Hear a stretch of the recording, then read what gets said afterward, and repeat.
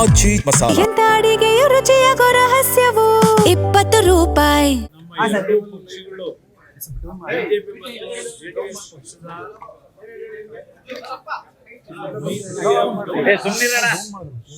ಹೊಂದಾಣಿಕೆ ಏನಿದೆ ಇವತ್ತಿನ ಸಭೆಯಲ್ಲಿ ಪ್ರಮುಖವಾಗಿ ಚರ್ಚೆ ಮಾಡಿ ನಾಳೆ ನಡೀತಾ ಇರತಕ್ಕಂಥ ಪಾದಯಾತ್ರೆ ಏನಿದೆ ಜೆಡಿಎಸ್ ಪಕ್ಷದ ವತಿಯಿಂದ ಮಾಡ್ತಾ ಇರ್ತಕ್ಕಂಥ ಅದರಲ್ಲಿ ಬಿಜೆಪಿಯ ನಾಯಕರುಗಳು ಸಹ ಸಾಂಕೇತಿಕವಾಗಿ ಆ ಸಭೆಯಲ್ಲಿ ಭಾಗವಹಿಸ್ತಕ್ಕಂಥ ಒಂದು ನಿರ್ಧಾರ ಎರಡು ಪಕ್ಷಗಳು ಸೇರಿ ಮಾಡಿದ್ದೇವೆ. ಈಗಾಗಲೇ ಬಿಜೆಪಿ ವತಿಯಿಂದ ಬಿಡದಿಯ ಒಂದು ಇಂಟಿಗ್ರೇಟೆಡ್ ಟೌನ್ಶಿಪ್ನ ವಿಷಯದಲ್ಲಿ ಅಲ್ಲಿಯ ರೈತರ ವಿರೋಧ ಏನಿದೆ ಆ ವಿರೋಧವನ್ನ ಗಮನದಲ್ಲಿಟ್ಟುಕೊಂಡೇ ನಾವುಗಳು ಇವತ್ತು ಸರ್ಕಾರದ ಈ ಒಂದು ರೈತ ವಿರೋಧಿ ನೀತಿಯನ್ನು ಖಂಡಿಸಿ ಎರಡು ಪಕ್ಷಗಳು ಏನು ಹೋರಾಟ ಮಾಡಿದ್ದೇವೆ ಅದನ್ನು ಮುಂದುವರಿಸ್ತಕ್ಕಂಥದ್ದು ಒಂದು ತೀರ್ಮಾನ. ಅದಕ್ಕಿಂತ ಪ್ರಮುಖವಾಗಿ ಇವತ್ತು ಅಶೋಕ್ ಅವರು, ನಾನು, ನಾರಾಯಣ ಸ್ವಾಮಿ ಅವರು, ನಮ್ಮ ಪಕ್ಷದ ಶಾಸಕಾಂಗ ನಾಯಕರು ಸುರೇಶ್ ಬಾಬು, ಭೋಜೇಗೌಡರು ಮತ್ತು ಲೋಕಸಭಾ ಸದಸ್ಯರು ಮಲ್ಲೇಶ್ ಅವರು ಮತ್ತು ರವಿಕುಮಾರ್ ಅವರು ನಾವೆಲ್ಲರೂ ಸೇರಿ ಚರ್ಚೆ ಮಾಡಿರ್ತಕ್ಕಂಥದ್ದು ಪ್ರಮುಖವಾಗಿ ಮುಂದಿನ ವಿಧಾನಸಭೆ ಕಲಾಪ ಏನಿದೆ ಎರಡೂ ಸದನದಲ್ಲಿ ಇವತ್ತು ಹಲವಾರು ಜನತೆಯ ಸಮಸ್ಯೆಗಳೇನಿದೆ ಆ ಸಮಸ್ಯೆಗಳಿಗೆ ಅವರ ಪರವಾಗಿ ಧ್ವನಿ ಎತ್ತಬೇಕು ಅಂತಕ್ಕಂಥದ್ದು ಪ್ರಮುಖವಾದ ಅಂಶ. ಈ ಸರ್ಕಾರದ ಹಲವಾರು ಜನವಿರೋಧಿ ನೀತಿಗಳಿರ್ಬೋದು ಮತ್ತು ಈ ಸರ್ಕಾರದಲ್ಲಿ ಇವತ್ತು ಮಂತ್ರಿಮಂಡಲದಲ್ಲಿ ಇರ್ತಕ್ಕಂಥ ಒಂದು ಮಂತ್ರಿಗಳ ಏನು ಬ್ಯಾಕ್ಗ್ರೌಂಡ್ ಇದೆ, ಈಗಾಗಲೇ ಕೆಲವು ವಿಷಯದಲ್ಲಿ ಕಾನೂನಿನ ವ್ಯಾಪ್ತಿನಲ್ಲಿ ಇವತ್ತು ಟೀಕೆಗಳು ಕೆಲಸ ನಡೀತಾ ಇರತಕ್ಕಂಥ ಕಾನೂನಿನ ಹಿನ್ನೆಲೆಯಲ್ಲಿ ಇವತ್ತು ತನಿಖೆಗಳು ಸಹ ಇದೆ. ತನಿಖೆಯಲ್ಲಿ ಇರ್ತಕ್ಕಂಥವ್ರಿಗೆ ಏನು ಮಂತ್ರಿಮಂಡಲದಲ್ಲಿದ್ದಾರೆ ಅದರ ಬಗ್ಗೆನೂ ಚರ್ಚೆ ಪ್ರಮುಖ ಆಗಬೇಕು ಅನ್ನೋದು ಒಂದು ಭಾಗ. ಎಲ್ಲದಕ್ಕಿಂತ ಹೆಚ್ಚಾಗಿ ಬರಗಾಲದ ವಿಷಯದಲ್ಲಿ ಈ ಸರ್ಕಾರದಿಂದ ಆಗಿರ್ತಕ್ಕಂಥ ವೈಫಲ್ಯಗಳು, ರೈತರ ಒಂದು ಸಮಸ್ಯೆಗಳಿಗೆ ಕಡೆಗಣಿಸಿರ್ತಕ್ಕಂಥದ್ದು ಏನಿದೆ ಇದೆಲ್ಲದರ ಬಗ್ಗೆ ಸಮಗ್ರವಾಗಿ ವಿಧಾನಸಭೆ ಚರ್ಚೆ ಮಾಡ್ತಕ್ಕಂಥದ್ದು ಮತ್ತು ಬಿಡದಿ ವಿಷಯದಲ್ಲೂ ಚರ್ಚೆ ಮಾಡಬೇಕು ಅಂತಕ್ಕಂಥದ್ದು ನಾವು ಚರ್ಚೆ ಮಾಡಿದ್ದೇವೆ. ಇಂಥ ಮುಂದಿನ ವಿಧಾನಸಭೆ ಕಲಾಪದಲ್ಲಿ ಯಾವ ರೀತಿ ಇರಬೇಕು ಅಂತ ಪ್ರಮುಖವಾದ ವಿಷಯ.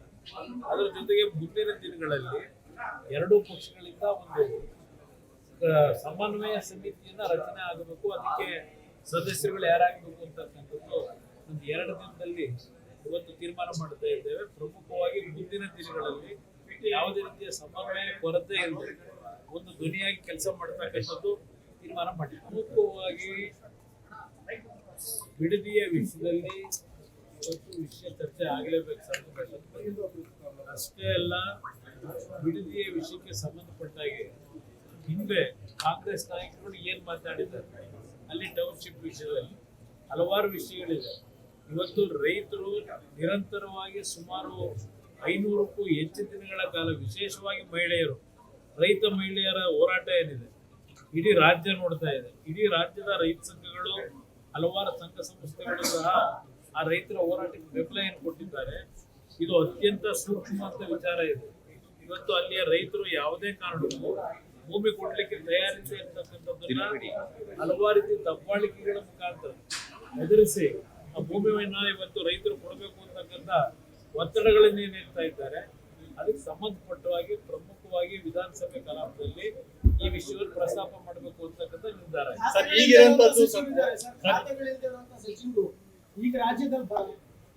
ಈ ಸರ್ಕಾರ ಈ ಒಂದು ರಾಜ್ಯದಲ್ಲಿ ಕಳೆದ ಚುನಾವಣೆಯಲ್ಲಿ 2023 ಚುನಾವಣೆಯಲ್ಲಿ ಅಧಿಕಾರಕ್ಕೆ ಬಂದರು. ಮೊದಲು ಮುಖ್ಯಮಂತ್ರಿಯ ಪದವಿಯ ವಿಷಯವನ್ನೇ ಇಟ್ಕೊಂಡು 3.5 ವರ್ಷ ಕಾಲ ಕಳೆದಿದ್ದಾರೆ. 3 ವರ್ಷ ಕಾಲ ಕಳೆದರು.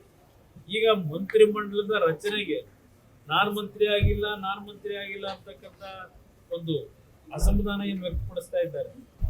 ಆ ಒಂದು ಅಸಮಾಧಾನವನ್ನು ಸರಿಪಡಿಸ್ತಕ್ಕಂಥದ್ದಕ್ಕೆ ಇವರು ಸಮಯ ಮೀಸಲಾಗಿದೆ. ಈಗ ಆಗ ಮುಖ್ಯಮಂತ್ರಿ ಸ್ಥಾನ ಅಂತ ಹೇಳಿ ಸಮಯ ವ್ಯರ್ಥ ಮಾಡಿದ್ರು. ಜನಗಳ ಕಷ್ಟ ಸುಖ ನೋಡಲಿಲ್ಲ. ಈಗ ಇನ್ನೊಂದು ರೀತಿಯಲ್ಲಿ ಪ್ರಾರಂಭ ಆಗಿದೆ. ಇದು ಆ ಪಕ್ಷದ ದಿವಾಳಿತನ ಏನಾಗಿದೆ, ಆ ದಿವಾಳಿತನ ಇವತ್ತು ಎದ್ದು ಕಾಣ್ತಾ ಇದೆ. ಇಲ್ಲಿ ನಮಗೆ ಆ ಪಕ್ಷದ ನಡವಳಿಕೆ ಅವ್ರಿಗೆ ಸೇರಿದ್ದು. ಆದರೆ ಇಲ್ಲಿ ರಾಜ್ಯದ ಪರಿಸ್ಥಿತಿ ಏನಾಗ್ತಿದೆ, ಇವತ್ತು ಇಲಾಖೆಗಳಲ್ಲಿ ಮಂತ್ರಿಗಳು ಕೆಲಸ ಮಾಡ್ತಕ್ಕಂಥದ್ದಕ್ಕೆ ಇಲಾಖೆ ಹಂಚಿಕೆನೂ ಮಾಡಿದೆ. ಇವತ್ತು ಯಾವುದೇ ರೀತಿಯ ಆಡಳಿತದಲ್ಲಿ ನಾವು ಒಂದು ಸಮರ್ಥವಾದಂತಹ ಕಾರ್ಯಕ್ರಮವನ್ನು ಕಾಣ್ತಾ ಇಲ್ಲ. ಎಲ್ಲವನ್ನ ವಿಧಾನಸಭೆ ಕಲಾಪದಲ್ಲಿ ಚರ್ಚೆ ಪ್ರಮುಖ ಇರುವಂತದ್ದು ಬಿಡದಿ ಪಾದಯಾತ್ರೆ ನಾಳೆಯಿಂದ ಆರಂಭ ಆಗ್ತಾ ಇದೆ. ನಾಳೆಯ ಪಾದಯಾತ್ರೆಯಲ್ಲಿ ಅಶೋಕ್ ಅವರು ನಾನು ಸಾಂಕೇತಿಕವಾಗಿ ನಾಳೆ ಪಾದಯಾತ್ರೆ ಭಾಗವಹಿಸ್ತೀನಿ. ನಂತರ ಆ ಒಂದು ಪಾದಯಾತ್ರೆ ಮುಂದುವರಿತದೆ. ನಾವು ಸಾಂಕೇತಿಕವಾಗಿ ಎರಡೂ ಪಕ್ಷಗಳು ನಾಳೆ ಸೇರಿ ಪಾದಯಾತ್ರೆ ಚಾಲನೆ. ಸಾಂಕೇತಿಕವಾಗಿ ಅಶೋಕ್ ಅವರು ಸ್ನೇಹಿತರು ನಮ್ಮ ನಾರಾಯಣ ಸ್ವಾಮಿ ಅವರು ಇದ್ದಾರೆ. ಇವತ್ತು ಒಂದು ಧ್ವನಿಯಾಗಿ ನಾವು ಕೆಲಸ ಮಾಡಬೇಕು. ಆ ನಿಟ್ಟಿನಲ್ಲಿ ನಾಳೆ ಪಾದಯಾತ್ರೆ ಚಾಲನೆ.